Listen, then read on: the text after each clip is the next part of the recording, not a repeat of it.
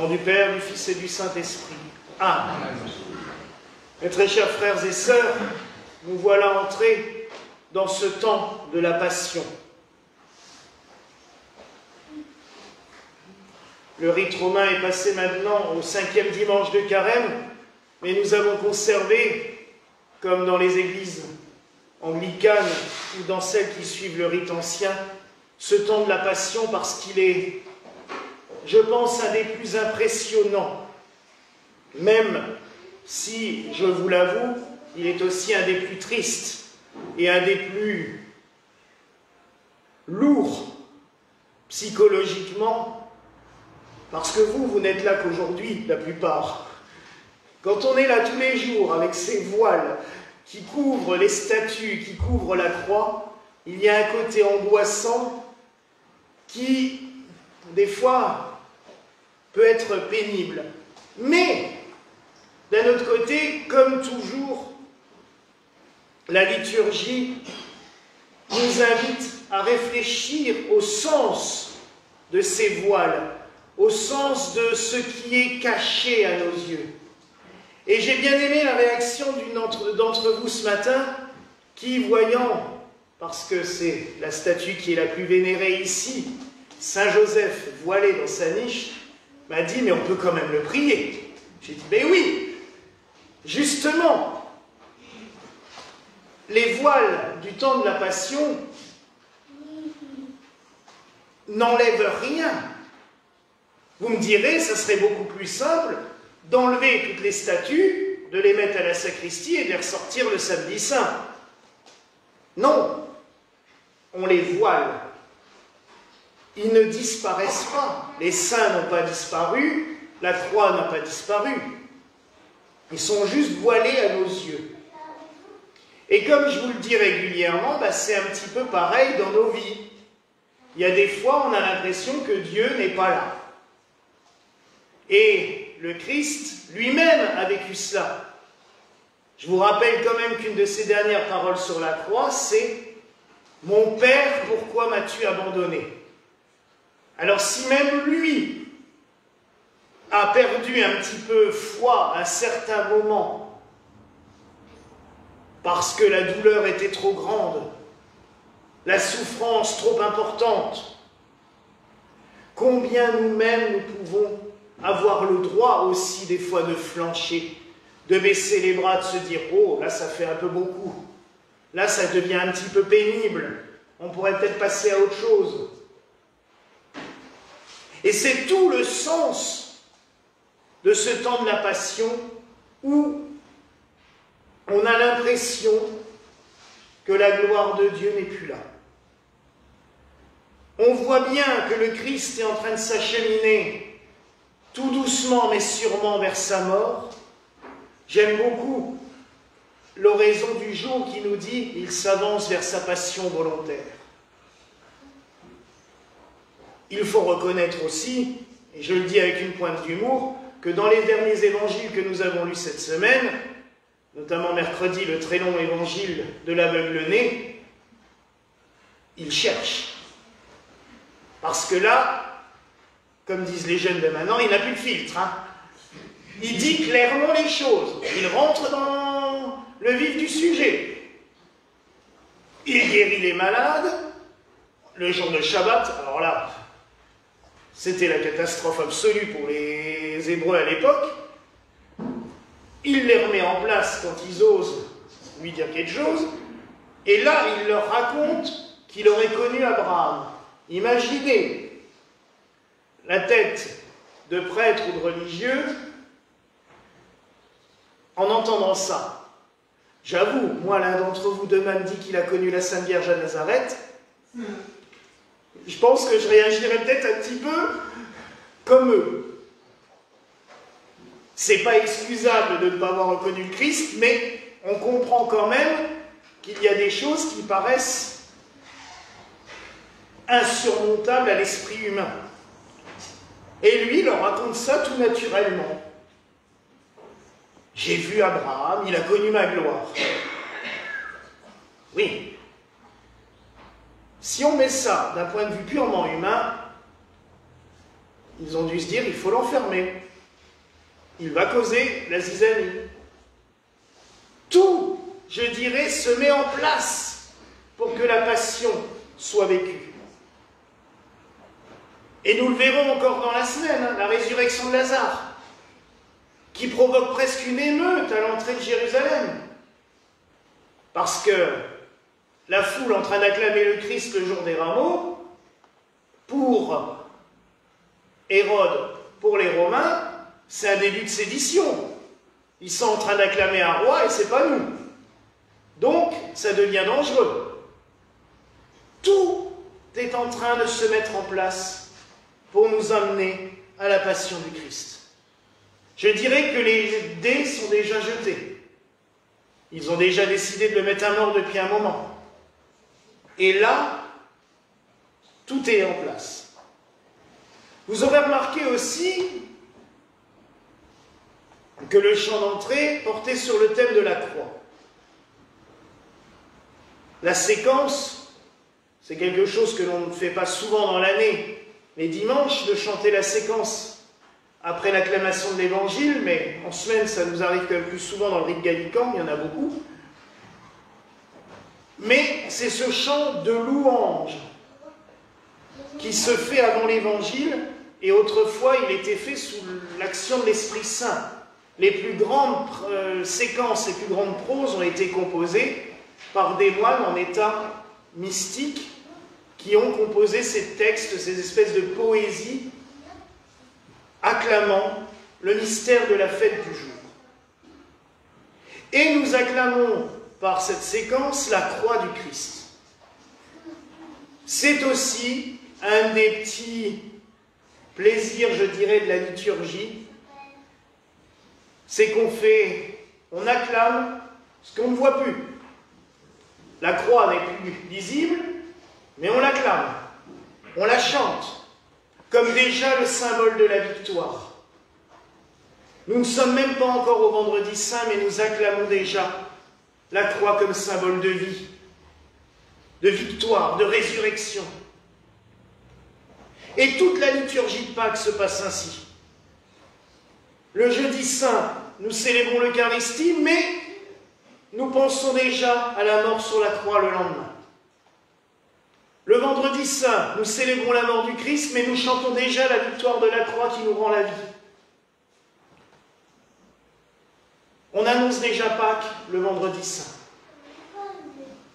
Car tout est lié. L'Eucharistie, sans le mystère de la croix, n'aurait aucun sens. La mort sur la croix sans la résurrection serait terrible.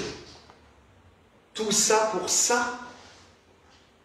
Il fallait la résurrection pour donner un sens à tout ce que nous allons vivre avec le Christ durant les 15 jours qui viennent. Car là, nous l'accompagnons, je dirais, jour pour jour, heure par heure. C'est difficile. Et je sais que quand on est fervent, qu'on a la foi au plus profond de son cœur, c'est des semaines qui sont difficiles. Parce qu'on revit ces scènes avec lui. Il ne faut pas sombrer dans un dolorisme qui n'a pas de sens. On n'est pas aux Philippines, ce n'est pas la peine de se flageller ou de se crucifier comme le Christ. J'avoue que ça m'horrifie toujours quand je vois que tous les ans aux Philippines, des jeunes hommes se font crucifier avec vraiment les clous plantés dans les mains. Ouh, bon, le Christ ne nous a pas demandé ça. Mais vivre avec lui ces moments, se souvenir de ce qu'il a vécu pour nous, partager sa passion, oui, de tout cœur, pour nous rappeler à quel point il nous a aimés. Je vous l'ai déjà dit, mais qu'est-ce que c'est beau que le terme qui rappelle la mort du Christ, ce soit la passion. Sa passion pour nous. car le Christ nous a aimés à tel point qu'il nous offre sa vie pour nous donner la vie. Et c'est ça l'essentiel. S'il était mort pour rien, mais on serait déjà plus là pour en parler. Il a fallu passer par là pour arriver à nous montrer la sublimité de la vie. Vous savez, Ignace de Loyola disait que celui qui n'a pas connu la chute, le péché, le plus bas, ne pouvait pas se rendre compte de la grandeur de la miséricorde de Dieu et de son amour. Et c'est vrai. Quelqu'un qui est dans un état... J'ai jamais connu quelqu'un d'heureux en permanence qui n'a jamais de soucis. Il y a des gens qui le disent, mais j'arrive pas à croire. Parce que souvent, il y a quelque chose. Et c'est souvent quand ça craque, je dirais, que c'est le plus fort, le plus violent. Mais quand on a connu la chute, un problème de santé, un problème de vie, et on en a toutes et tous connu, et que tout d'un coup, ça va mieux, on sent l'amour du Christ, on sent sa paix avec nous, mais là, oui, on en profite. Là, on se dit, mais quel bonheur, quelle joie. Et je dirais que ce temps de la passion nous rappelle aussi cela. On chute avec le Christ. On a l'impression que tout est fini, qu'il n'y a plus rien. Mais c'est tout simplement pour mieux revivre, pour mieux ressusciter. Le Christ s'offre à nous. Il nous a donné son sang. Martine nous a lu ce texte de saint Paul aux Hébreux qui nous parle du sacrifice de l'agneau. Sacrifice ultime. Sacrifice qui a aboli tous les sacrifices. Je le rappelle. Du coup, je fais mon petit aparté que je fais tous les ans. L'agneau à Pâques, c'est pas nécessaire. Le Christ, il est mort. Il est ressuscité, c'est l'agneau qui s'est offert. On n'a pas besoin de massacrer autant d'animaux pour ça. Il a fait le sacrifice ultime. C'est passé, c'est fini. Il a aboli justement tous ces sacrifices du temple. Je vous rappelle quand même qu'avant la mort du Christ, à certaines périodes de l'année, le temple de Jérusalem était semblable à un abattoir où le sang coulait à flot. Parce qu'on pensait qu'en massacrant un animal, Dieu allait nous pardonner. Pourtant, il le répète assez souvent dans l'Ancien Testament. « J'en ai marre de vos holocaustes, je ne supporte plus l'odeur de vos holocaustes. » Il le dit à tous les prophètes. Mais étonnamment, ça, on n'a jamais écouté. Le Christ, lui, a fait le sacrifice ultime. Il s'est offert lui-même. Il est en même temps grand prêtre et victime. Et son sacrifice se perpétue en permanence, depuis, dans le sacrement de la messe. À chaque fois qu'un prêtre au monde célèbre l'Eucharistie, le sacrifice du Christ se perpétue et nous recevons l'agneau de Dieu. Cet agneau vainqueur, cet agneau immolé, mais qui détruit la mort.